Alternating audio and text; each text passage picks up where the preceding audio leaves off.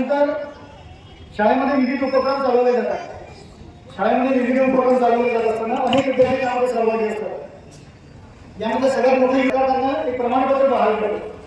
हे प्रमाणपत्र त्यांना भविष्यामध्ये नोकरी लागण्याकरिता खूप महत्त्वाचं असतं. असं प्रमाणपत्र मिळवणारे काही विद्यार्थी त्यांचं प्रतिनिधित्व करतात आणि मोजक्या काही विद्यार्थ्यांना तसं तर सगळ्यांनाच प्रमाणपत्र मिळालेलं आहे. मी जर इथे आपल्या शाळेच्या सगळ्या विद्यार्थ्यांना प्रमाणपत्र वाटत बसलो इथे कदाचित संध्याकाळ होते. म्हणून अतिशय मोजक्या विद्यार्थ्यांना आपण इथे प्रमाणपत्र देणार आहोत. तर मी आपल्या शाळेचे ज्येष्ठ शिक्षक श्री बोबरीकर सर यांना विनंती करतो की त्यांनी सार्थक काळभूत याला NCCचं मिळालेलं एक प्रमाणपत्र त्यांनी प्रदान करावं.